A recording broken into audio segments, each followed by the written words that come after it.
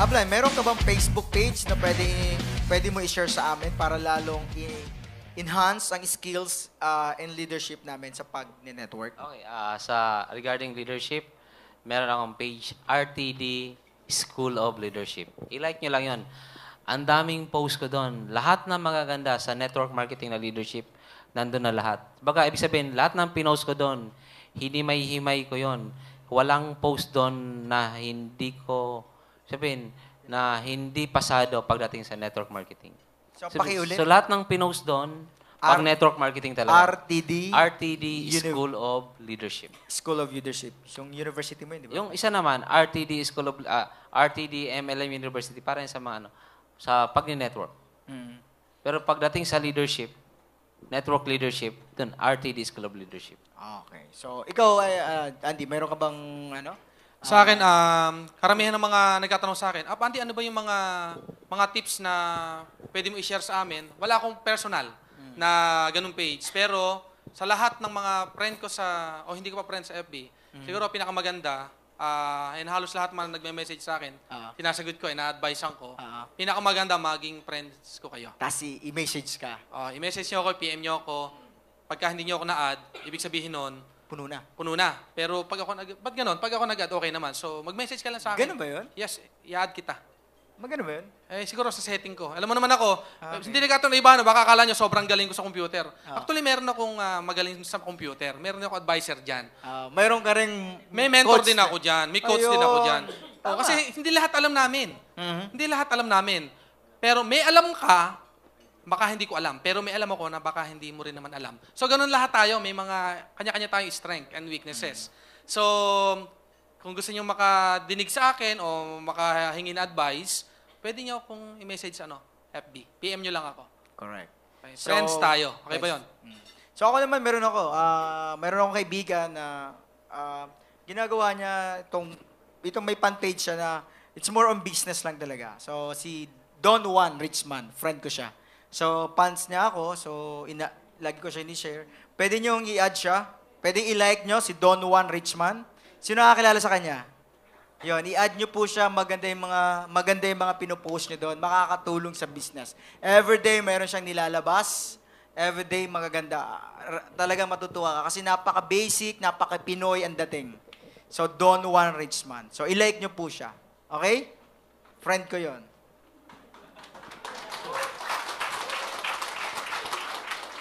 Alright, eto. Apps, pwede ba natin ma-invite si Don Juan sa ibang talk show natin? Espanyol yun eh. Ay, Espanyol. Oo. Hindi, okay naman. Ano naman tayo eh. Naging colony naman tayo. Baka pwedeng siya ma-invite. Mahirapan tayo doon, pare. Mag-i-Espanyol yun. Yari tayo doon eh. Marunong siya Matagalog, pero Espanyol talaga yun. Oo. Basta. Okay, lusot. Lusot na. Yan ay madaling panlusot eh. No? Video to. Hindi, pinalakpakan eh. Nagkaintindihan. Pinalakpakan. Oo. Ito na. Ito na. Ano ba ang batayan mo para maging successful ka sa ganitong business? Maganda. Sino yung tanong niya? Saan galing yung tanong? Sa Twitter or sa FB? Sa FB to. Ano ba ang batayan mo para maging successful sa ganitong business? Okay. Kasi pag sinabi mo successful, kasi yung iba, ang tingin para pag sinabi successful, kailangan may kotse ka, kailangan may bahay ka. Pero para sa akin, nung nagsisimula ako dito, iba yung success na nakita ko eh. Inggit na inggit ako noon kapag may mga magagaling magsalita sa harapan. Alam mo, ang goal ko lang noon, simple lang. Matuto lang ako magsalita. Successful na ako. Oo. So parang little achievement. Yes, little achievement lang. Huwag mong bibiglain. May nakita ka nagka-hammer, ang gusto mo, bibili ka ng hammer para maging successful ka, hindi ganon. Yung may mabago lang sa'yo.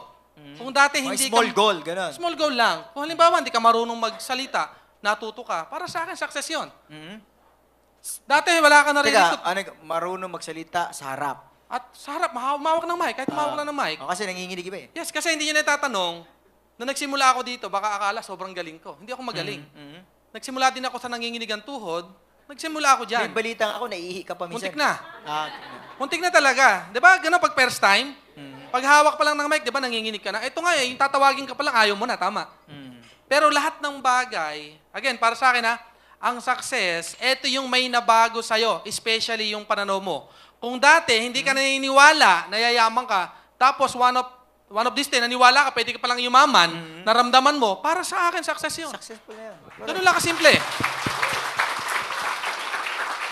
Yung may nabago. May nabago. Dati, hindi ka nagsusuot ng ganito. Parang ayaw mo, ngayon nagsusuot ka na. Hinahanap-hanap mo na. Tapos gusto mo Success araw-araw yun. na, ganun. Yes, correct.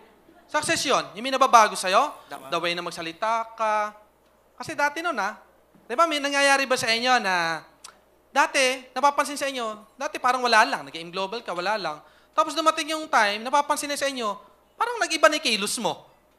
Nag-iba na yung panamit mo. Dati hindi ka naman nagkapabango ka na. Success yun. Tama, tama. Nabago Kasi ganun lagi Laging may proseso. May Oo. sistema talaga. Oo. Na hindi ka mapupunta agad dito. Na hindi mo dadaanan yon. Oo. So, maganda doon, talagang alam mo na pag may nakikita ka na babago sa'yo, papunta ka na sa narating namin dito.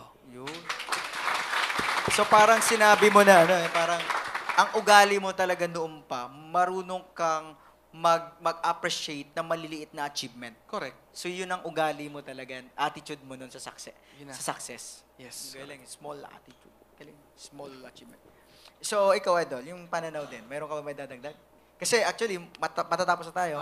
Yung success, siyempre, usually, yung success sa pananaw ng ibang tao, although sa akin din, di ba usually, maraming pera, maraming mga ganon. Kaya lang, dapat kung may mga ganon ka, dapat sure mo lang na yung happiness na attain mo rin.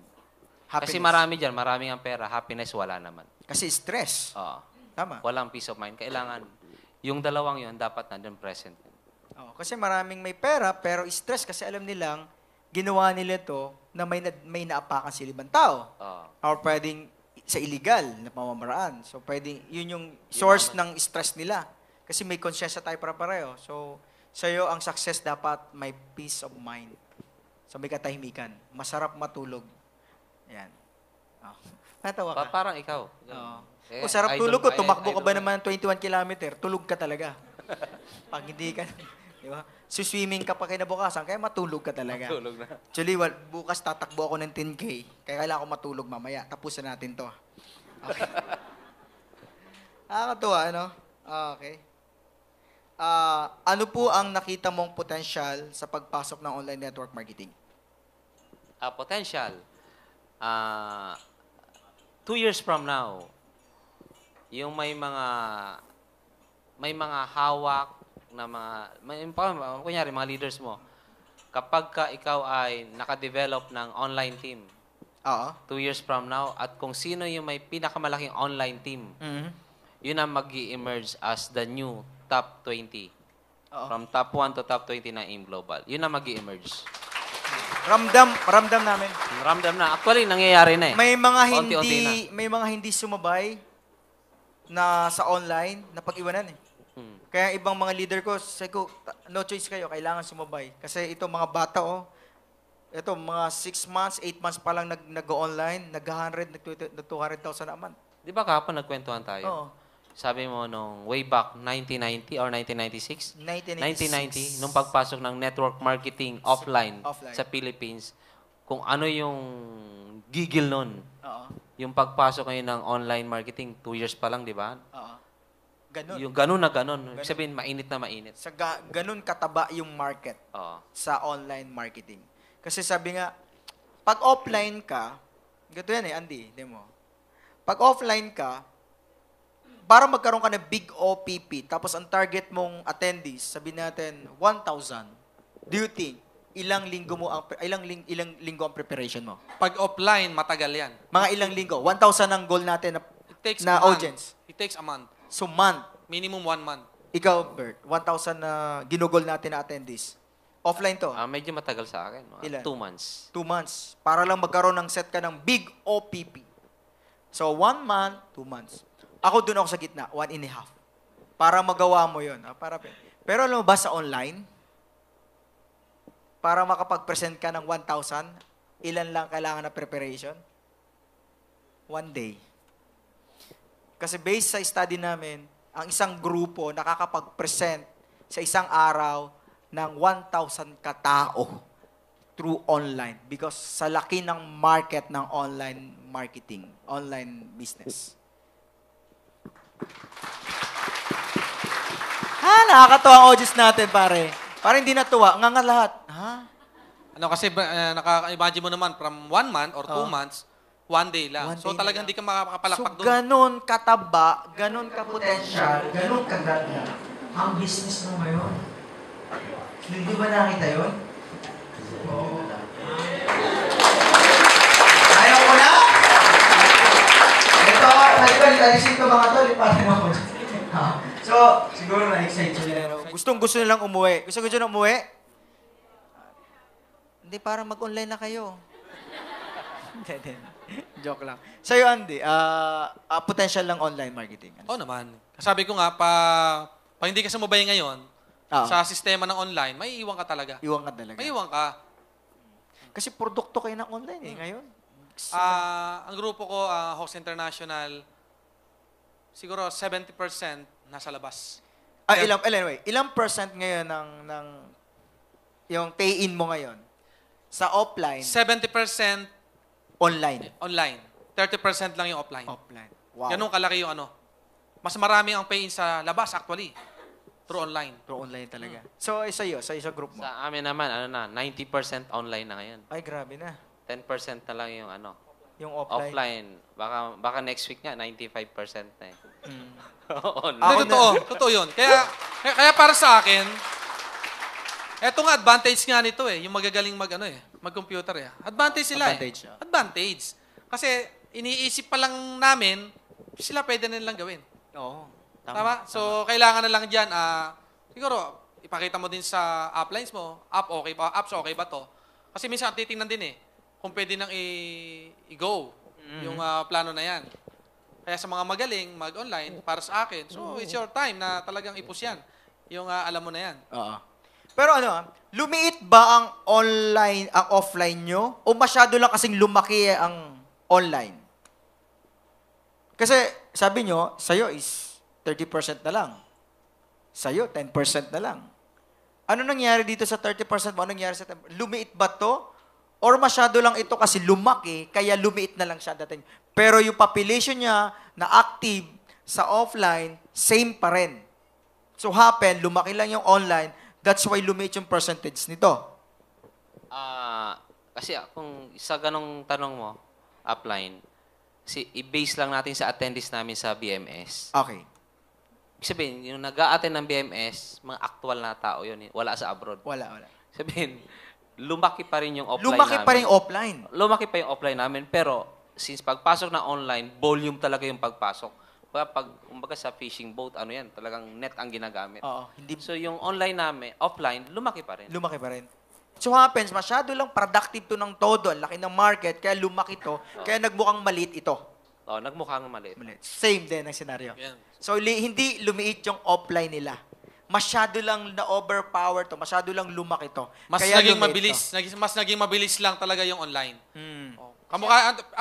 Dagdag ko lang to. Sige. Kasi sa grupo ko, sa Hawks, andiyan pa, marami pa ding offliner. Marami pa din. Ang schedule, tuloy-tuloy pa din. Siguro nagkataon nga lang, talagang mas naging mabilis lang ang production ng online. Bakit? Tanong ko. Hindi na wala eh. Kasi, parang ganito.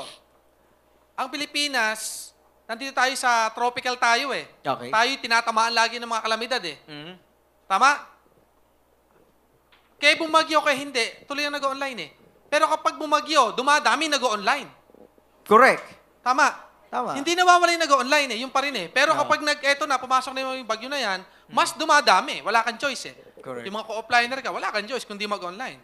Otherwise, patay negosyo mo. Patay. So hindi naman, kaya mas mabilis lumaki Oo. ang online. Kasi nandyan lang yan eh. Anytime pwede mong gawin. Yung offline, mag-schedule ka pa. Ang nakita ko naman kasi, kaya ba't lumaki ang ang online? Unang-una, mas masarap i-market yung stranger. Mas mabilis magtiwala yung stranger. Naniwala ba kayo doon? Kaya mas masarap marketin yung stranger. Kaya ang bilis lumaki ang online. Kasi ang market mo dito, stranger. Alam mo ba, ang stranger, sila talaga yung warm market? Naniwala ba kayo doon? Sa totoo lang, ang stranger, sila ang warm market. Ang mga taong kakilala mo, sila ang cold. Tama, tinan mo. Yung mga inibet mong kakilala mo, kamag-anak mo, ka-opisina mo, cold ba o warm? Cold. So, ang warm market talaga, ang point ko dito, kaya mabilis lumaki ang online kasi ang minamarket nila ay tamang tao. Warm market, stranger. Yun ang kaya mabilis lumaki. Tama po. So, palapakan naman natin. Galing, no? Okay. Ito maganda to. May mga successful na networker at mayroon din namang mga nag-fail. Meron po bang mga mali sa ginawa ng nag-fail? Ano po ang sekreto ng mga nag-succeed? Okay. Magandang tanong ulit. Maganda uli. Magandang tanong. Ang galing talaga. Kung sasabihin mong sikreto, like, be particular, aim global. Okay. Sino ba yung mga nag-succeed? Meron ba silang sikreto?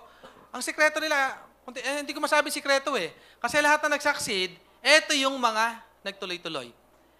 Yung mga nag-failed, eto yung huminto. Minto. Ganun lang. Ganun kabilis. Yung nag-quit, pag nag-quit ka, totally, wala. Hindi mo na malalaman Kung yung dapat mag-succeed mong ka. malaman. Correct. Ganun lang. So, para sa akin, ang sikreto, kailangan tuloy-tuloy ka talaga. Huwag kang hinto. Para malaman mo yung mga hindi mo alam. Correct. Ganun lang. Technical. Simple lang. Oo. Napakasimple. Tama, nasagot ba ng tama? Sakto. Gusto ko yun. Ba't kasi huminto, di ba? Siyempre, Bakit? Bakit may mga huminto? Tingin mo, Bert. Ba't may mga huminto sa journey nila sa success? Bakit may mga Dumating sa point na na hirap na sila, kaya huminto. ma-emote, pero madrama? hindi nila alam. Mahirap na hirap. Anak naman siya ng mahirap. Wala, ganun talaga eh. Oo. Hirap na sa pag-network, kaya nag-quit. Pero hindi nila alam, isang step na lang, para isang ruler na lang, nandito na yung success. Sayang. Oh, galing ano. Ako naman, marami akong nakilala, nag-quit dahil nagka-girlfriend, nagka-boyfriend. Nag-quit. Nag-asawa. Ganun, nag-quit. Ganun lang. Cute lang. E di, successful din sila doon sa relasyon. Nagkaanak. Successful. Nakakatawa. As a top distributor, paano nyo na-handle ang mga downlines na nawawala ng panggalaw? Or naranasan nyo ba rin ba ito? Okay. Ang gandang tanong niyan, Abs. Maganda ulit ito. Toast for that. Pakiulit. Basahin ko. Masyadong maganda. As a top distributor, paano nyo na-handle ang mga downlines na nawala ng panggalaw? Naranasan nyo ba rin ba ito? Yung mga nawalan, appliance, wala na akong panggalaw eh. Wala akong pang mobilization eh. Paano ba ito? Okay, ganito kasi yan eh. Kapag ang isang bagay hindi mo nagawa, ang hirap i-motivate yung taong nagko-complain sa'yo kung bakit siya nahihirapan. Pero kung ikaw yung naranasan mo din, nakuha niyo point ko? Kapag naranasan mo yung bagay na kino-complain niya, madali nang mag-motivate. Kasi para sa akin, sabi ko nga, kung hindi mo dadaanan yung dinaanan ko, paano mo mararating? Ang tanong, gusto mo bang daanan? Yes. Malamang yan lagi ang sagot nyo, yes. So, ibig sabihin, darating talaga yung point na talaga mawawalan ka ng panggalaw. And minsan, dun sinusubok. Ayun. Doon ka susubukin kung gaano ka katatag. Tama? Kasi pagka nag-quit ka, kapag dahil doon, naging reason mo yon, umayaw ka dito, hindi mo makukuha yung goal mo. Hindi mo makukuha yung success na gusto mo. Ngayon, kung tatanungin mo ako, kung nangyari ba sa akin yon, pinagdaanan ko po lahat. Yung hindi kumakain apps. Alam mo yan. Bakit di ako may nag-diet ka? Hindi ako makain kasi wala nang pangkain. Okay. Sa Taiwan to o dito? Dito. Nag-network na ako dito sa Pilipinas. Di ba mas mahirap ka dito? Dumarating ba sa point na talagang pamasahin lang wala? Nangyayari ba yon? Ako kasi, puro paraan ang tinitingnan ko. Maparaan. Maparaan. Halimbawa, walang pangkain. So, ang ginagawa ko, basta, sabi ng isa sa upline ko, si upline na Louie, pag daw wala kang makain, huwag kang magpalatang wala kang pangkain. So, kung wala kang datong, daanin mo lang sa dating. Kaya ako, pagka mag-send ng appointment ko noon, I'll make sure, yung after lunch, puro after. Para sigurado, hindi ako magkapakain. Ito. Tama, kasi yun ang paraan ko eh. Sayang naman. Tama? Wala na nga ako. Tapos yung ako pa, talagang wala. Alam mo yung payamang ka, pero yung mukha mo, itsura mo, kung pahirap. Tama? At least man lang, sa suot mo man lang, hindi man branded yan. Kung maayos yan, mabango ka, kahit wala kang pera. Yaman. Mukha ka na rin may pera. I think yan ang ano eh. Puro paraan. Paraan eh, no? Kasi kung dahil doon, dahil sa wala kang panggala, wala kang pangkain, huminto ka, sayang. Sino ba, saan ka ba umayaw? Hindi, sa pangarap na makuha mo yung pangarap mo, di ba? Correct. Saan ka I think- nag-quit? Sa sarili mo. Sarili mo. Tama? Tama. Yun yung ano eh, yun yung nakita kong advantage ng online. Hindi nila na-experience yan. Tama ba? Hindi nila na-experience yung scenario, yung situation na, yung mobilization. Yun ang maganda sa online. Tingin mo, Bert, ano masabi mo doon? Oh, yun. Kagaya nga, di ba, ni Raisa May, si Raisa May. Raisa May. Ang expenses niya sa online, napakaliit. Oo. Anong Sa food lang, I expenses think, magastos siya sa food. Pwede natin siyang makuhanan. Yan po si Raisa May. Hindi siya gumagastos sa pagbibusiness, sa pagkain lang daw. Pagkain lang. Obvious naman, di ba? Love you. Kaway ka naman kasi Okay ka naman, naka-video to. Kita ka naman. Ayan. Live tayo. Live. GMA Channel 2. Channel 5. EBS-CBN. Channel 7. Ayan yan, balita. Yun, yung mga expenses ni Raisa May, ano lang, internet connection. Yung, ano yan, Kain, maraming pagkain. McDonald's, delivery, gano'n. Oh, delivery. Yellow Cup, Yun lang. KFC. I think nabalita ko kay Raisa May, 10 times a day, di ba, yung pagkain? Ay, hindi. Hindi na. Anayin lang. Hindi lang niya inuubos kaya mabot ng 10. Pero yun din. Inuubos. Unti-unti.